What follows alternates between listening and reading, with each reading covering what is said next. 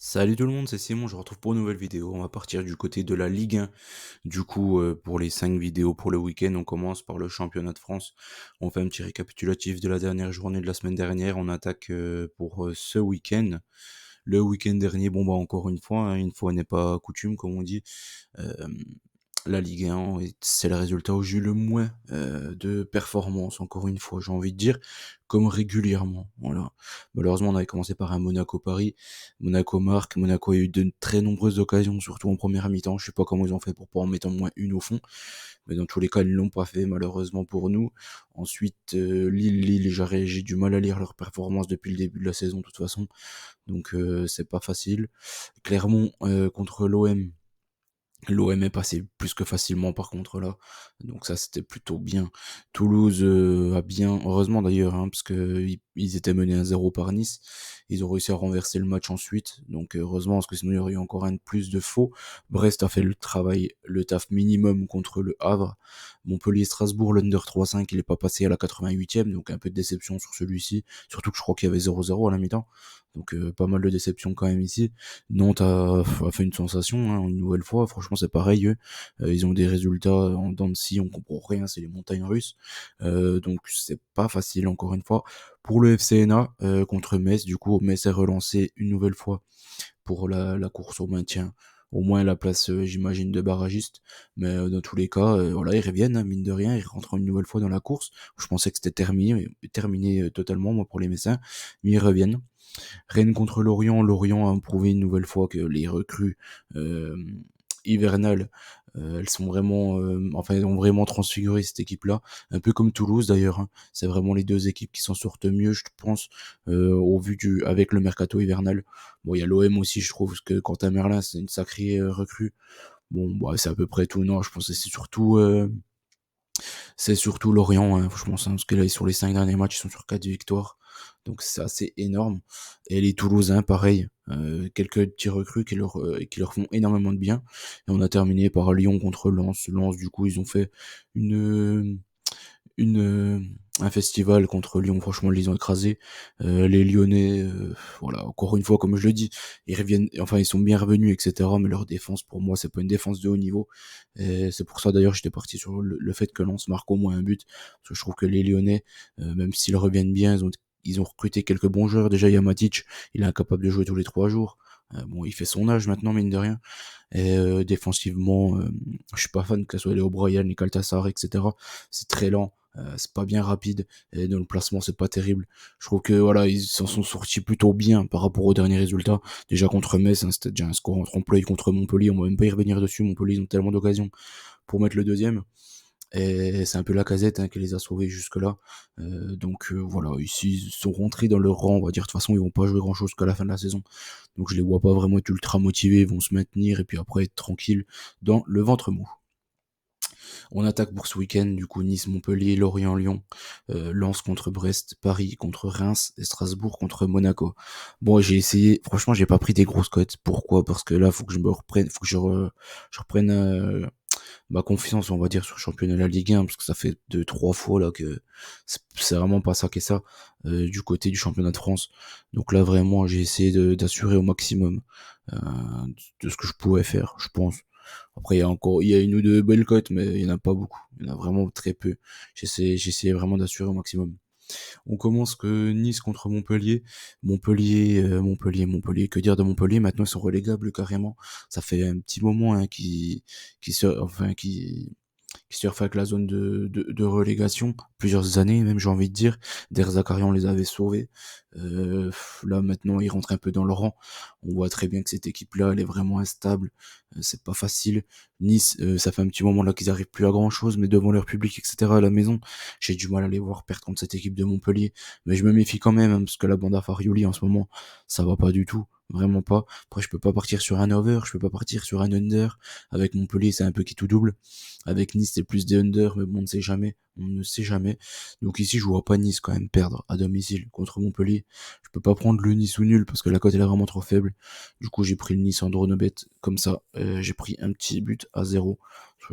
Parce que c'est Nice, quoi. Je le vois pas faire une démonstration non plus contre Montpellier, même si c'est un très très faible Montpellier. Lorient contre Lyon ensuite, bon bah Lorient ils reviennent super bien, Lyon ils ont quand même fait des bonnes recrues hivernales, clairement aussi, mais je trouve ils seront certainement moins motivés que les Merlus, à voir, mais bon je pense quand même. Donc ici j'ai préféré prendre un petit over. J'ai pris un petit over parce que je vois pas qui est vraiment favori entre les 2 équipes. J'ai du mal à voir un 0-0, j'ai du mal à voir une équipe s'imposer 1-0 aussi, donc je prends un petit over 1,5 sur ce match-là et je vois un 2-2. Je sais pas, je vois un match spectaculaire entre ces 2 équipes-là, je sais pas trop pourquoi, mais Lorient c'est une équipe joueuse, Lyon un peu moins joueuse on va dire, mais je pense qu'ils auront à cœur de se reprendre après la déculottée contre Lens. Du coup on attaque Lens contre Brest, c'est un peu le choc hein, de cette journée-là.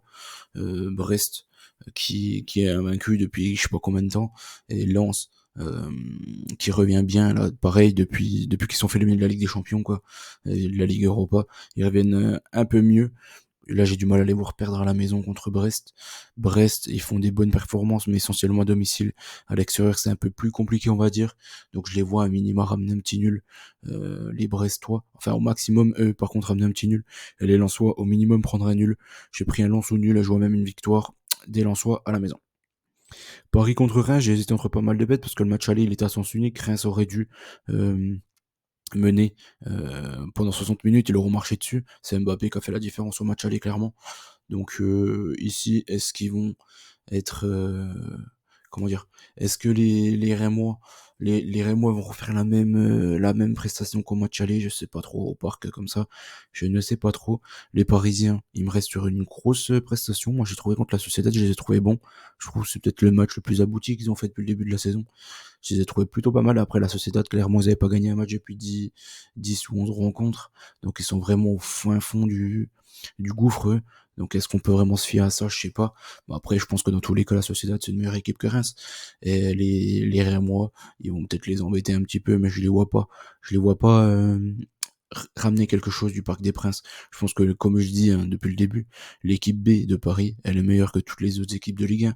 Donc, dans tous les cas, il y a trop de marge, je pense, pour le PSG, même s'ils seront certainement moins motivés que les Rémois. Je pense qu'il va faire un peu tourner. Je pense qu'il y aura du Gonzalo Ramos et tout. Donc, même ces joueurs-là, ils sont largement meilleurs que tous les Rémois. Donc, je suis quand même parti sur une petite victoire du PSG, 1-0. Strasbourg contre Monaco maintenant, j'ai hésité entre un over ou une petite tendance Monaco.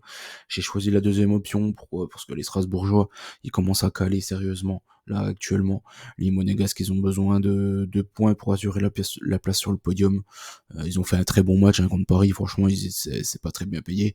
Les Strasbourgeois de Vieira, enfin, ils ont perdu gros au mercato avec la perte de Cels, leur goal. Et je les vois pas gagner contre Monaco. Donc j'ai pris un Monaco au nul sur ce match-là, je vois une victoire monégasque du côté de la Méno. Le Havre contre Toulouse maintenant. Le Havre, bon voilà quoi. Le Havre, c'est peut-être eux du coup qui font les moins bonnes performances actuellement en Ligue 1 avec Clermont. Donc ils creusent, ils creusent, ils creusent. Jusqu'où il y a peut-être les Strasbourgeois aussi du coup depuis le mercato. Mais jusqu'où je ne sais pas. Les Toulousains, comme je l'ai dit, ils ont fait un bon petit mercato hivernal. Ils sortent un peu la tête de l'eau. Donc je les vois pas perdre du côté du Havre. Je les vois même gagner. J'ai pris un Toulouse au nul sur ce match-là. Metz contre Clermont, bon ça c'est vraiment le match peut-être le plus dur.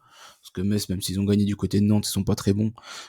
Clermont, ils ont fait une prestation pas terrible contre l'OM, c'est le moins qu'on puisse dire. Mais après, c'était l'OM, ils ont quand même bien joué, hein, mine de rien. Euh, donc à voir, je sais pas trop. Franchement ici je sais pas qui est vraiment favori, j'imagine que c'est Metz. Metz, moi j'aime bien Mikotadze, mais tout le reste je suis pas vraiment fan. Le petit Camara hein, qui était pas mauvais avec le Sénégal aussi à la CAN. Mais après le reste je suis pas vraiment fan de cette équipe-là. Je préfère largement le jeu collectif de Clermont. Après Clermont il y a pas mal de soucis en interne, c'est peut-être ça qui me pose question. Sinon je serais parti sur un nul ou Clermont. Mais il y a trop de problèmes internes, donc je ne sais pas du tout qui est vraiment favori. Et si j'ai repris un over, parce que je vois rien sur ce match-là, et je joue rien sur ce match-là. Lille contre Rennes pour terminer. Lille, ils vont jouer contre Sturm Graz aujourd'hui, donc est-ce que ça va les fatiguer? Peut-être, certainement. Sauf à Lille à domicile, ils sont quand même ultra performants. Donc sur ce match-là contre Rennes, je pense que je les vois minimum marquer un but. Et peut-être être un peu fatigués de leur match de la coupe.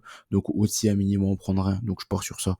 Je suis parti sur un BTTS sur ce match-là, entre Lille et Rennes. Je vois un beau petit match, mais au final un petit score de parité. Marseille-Nantes sur Telegram. Voilà.